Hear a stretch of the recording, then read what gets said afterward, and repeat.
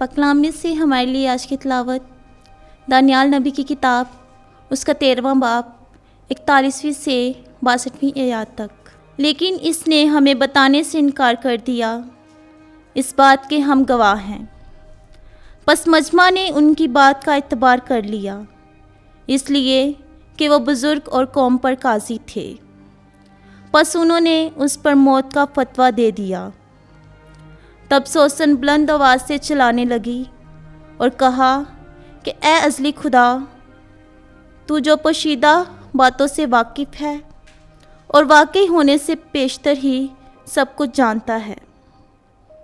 तू जानता है कि उन्होंने मेरे खिलाफ़ झूठी गवाही दी है।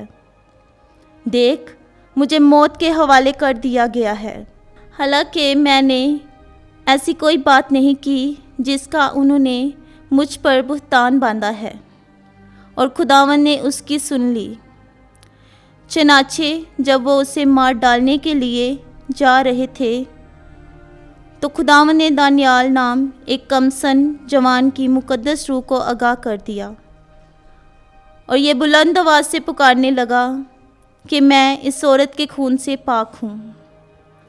सब लोगों ने उसकी तरफ तवज्जो की और पूछा कि ये क्या बात है जो तूने कही है।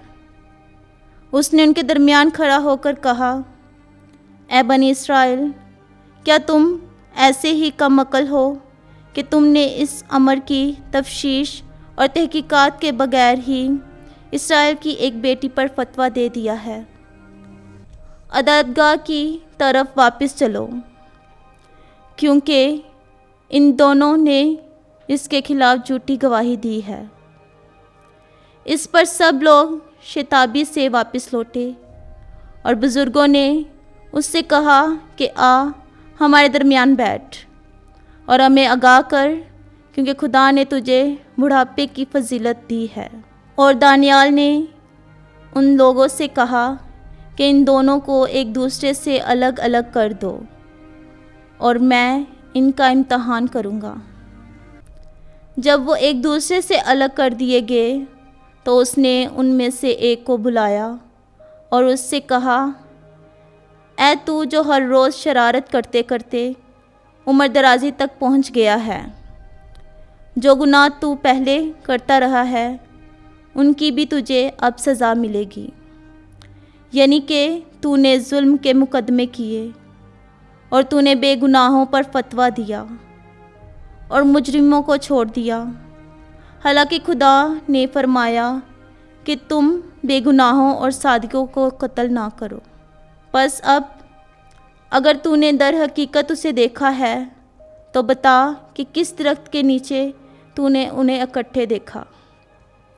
उसने कहा कि मस्तगी के दरख्त के नीचे। इस पर दानियाल ने कहा कि तूने अपने ही सर के खिलाफ खूब झूठ बोला है, क्योंकि देख, खुदा के फरिश्ते ने खुदा से हुक्म पाया है कि तुझे 2 हिस्सों में काट डाले। फिर उसने उसे एक तरफ कर दिया और दूसरे को पेश करने का हुक्म दिया और उससे कहा, ऐ तू कि कनान की नस्ल है ना कि यहूदा की। हुस्न ने तुझे धोखा दिया है और शहवत ने तेरे दिल को शरारत के हवाले कर दिया है। तुम इस्राएल की बेटियों से इसी तरह करते रहे हो और वह डर के मारे तुमसे मिलती रही, लेकिन यहूदा की इस बेटी ने तुम्हारी शरारत की बर्दाश्त नहीं की।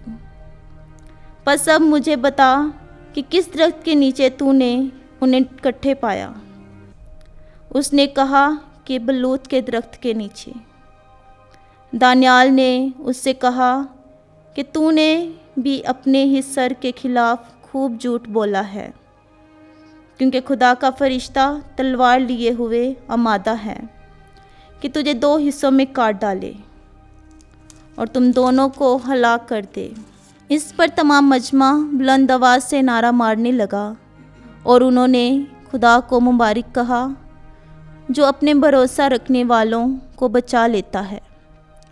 और वो उन दोनों बुज़ुर्गों की मुखालफत में खड़े हो गए, क्योंकि दानियाल ने उन्हीं के मुँह से साबित कर दिया कि उन्होंने झूठी गवाही दी है और उनसे वही किया गया जो वो बदनीयती से अपने हमसाए से करने लगे थे, और वो मूसा की शरीयत के मुताबिक कत्ल कर दिए गए, और यूं उस रोज़ बेगुनाह खून बच गया।